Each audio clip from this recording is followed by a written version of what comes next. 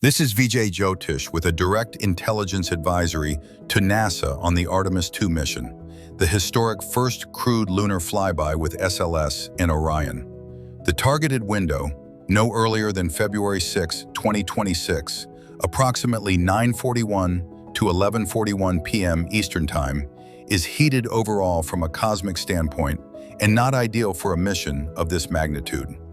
The energetic alignment introduces unnecessary tension and instability, which could manifest as amplified technical anomalies during critical phases like cryogenic loading, power transitions, or terminal count.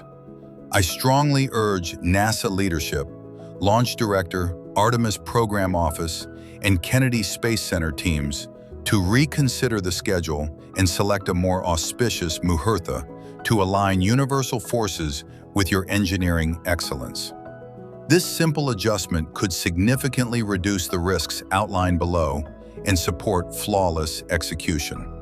At Vijay Jyotish International, providing precise Muhurtha, auspicious timing, selection for high-stakes events, including space launches, is one of our core advisory services.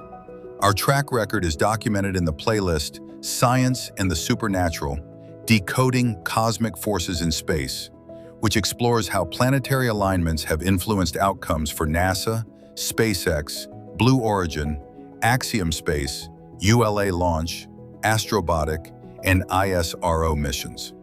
These episodes demonstrate the practical application of Jyotish intelligence in forecasting disruptions, identifying high-risk periods, and recommending balanced Muhurthas to enhance reliability and reduce unforeseen challenges in complex engineering endeavors. NASA, if you're open to exploring this complementary layer for Artemis II, contact me directly for a personalized, auspicious timing consultation. Details in the description and pinned comment. Let's ensure this mission launches under the best possible stars. Artemis II configuration recap. SLS delivers over 8.8 million pounds of thrust at liftoff. Core stage cryogenic loading exceeds 700,000 gallons of LH2 and LOX. Orion includes upgraded crew systems, ECL, SS, avionics, and power distribution for a 10-day free return trajectory. Key interfaces under scrutiny: propellant management, slow fast fill, bleed, topping, valve actuation, electrical power handover, ground umbilicals to internal batteries, structural pressure integrity, tanks, domes, hatch seals, thermal protection, and sensor telemetry chains. Late-phase anomalies in these areas have repeatedly extended timelines in prior campaigns. Here are the prioritized technical risks with expanded descriptions and estimated manifestation probabilities during wet dress, terminal countdown, or integrated testing. Electrical and avionics subsystem anomalies. Estimated probability 85%. This remains the highest concern category due to the complexity of Orion's power distribution network, which manages multiple redundant buses, battery chargers, inverters, and load-shedding logic across avionics, ECL, SS, and crew interfaces. Potential manifestations include intermittent voltage drops on primary or secondary buses, faults in power conditioning units, wiring harness intermittence triggered by thermal cycling or vibration during final arming sequences, erroneous caution/warning messages from avionics processors, or degraded telemetry stability during comms handovers. Critically, during the Orion internal power transition, approximately T-6 minutes, when the spacecraft switches from external ground umbilicals to onboard batteries, there is a clear possibility of losing cabin lighting, either partially, e.g., zoned LED banks dimming, flickering, or going completely off in one or more areas of the crew module, or more broadly if a bus under voltage condition, short-circuit protection trip, or unexpected load imbalance occurs. Orion's cabin lighting system, dimmable, high-frequency LED arrays with multiple banks for general illumination, task lighting, and circadian rhythm support, is powered through these distribution circuits.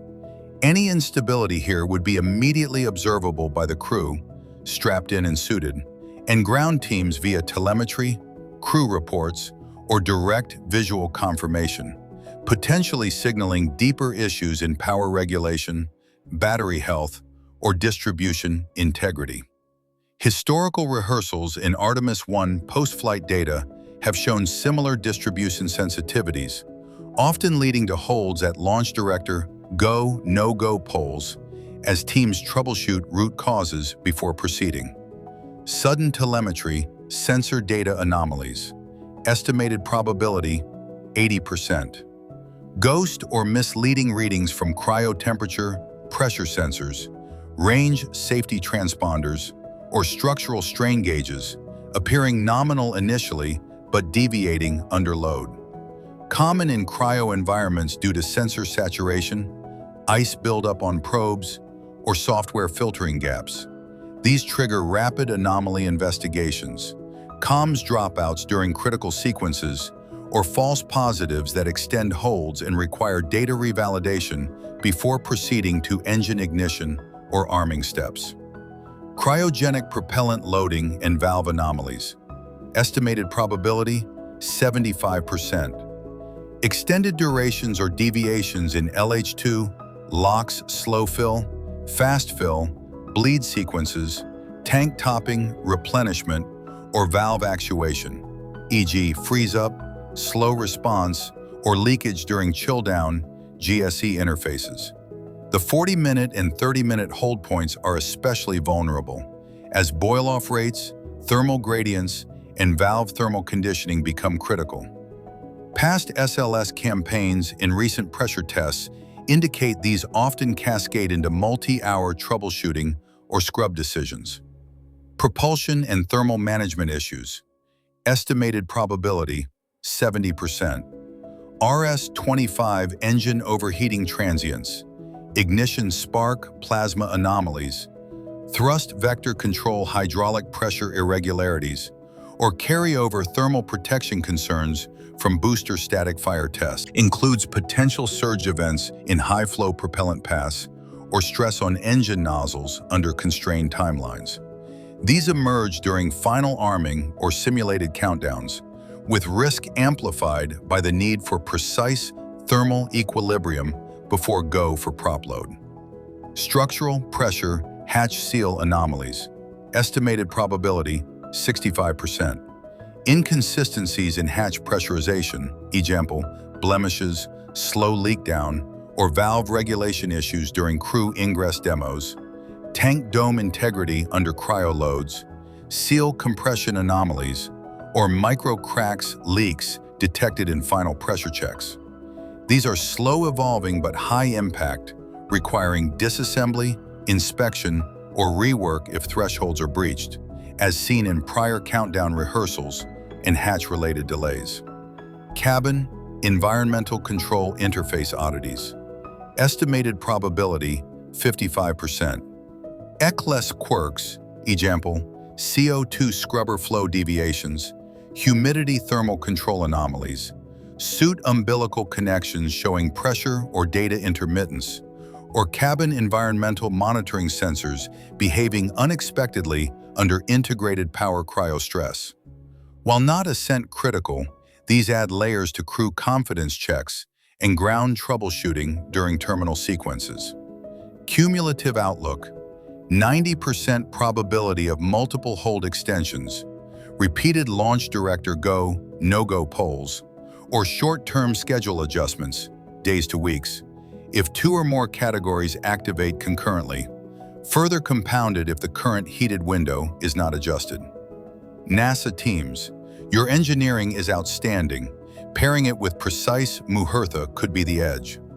Reach out to Vijay Jyotish, International, for consultation on an optimal launch timing. Email, contact us at vijayjyotish.com, X @VijayJyotish, YouTube @VijayJyotish, website vijayjyotish.com, links below. I'm ready to assist confidentially. Artemis II deserves the best alignment, technical, and cosmic. NASA, let's talk. Subscribe for updates. Comments. Thoughts on timing adjustment? Vijay Jyotish, Strategic Intelligence for Space and Geopolitical Security. Stay vigilant.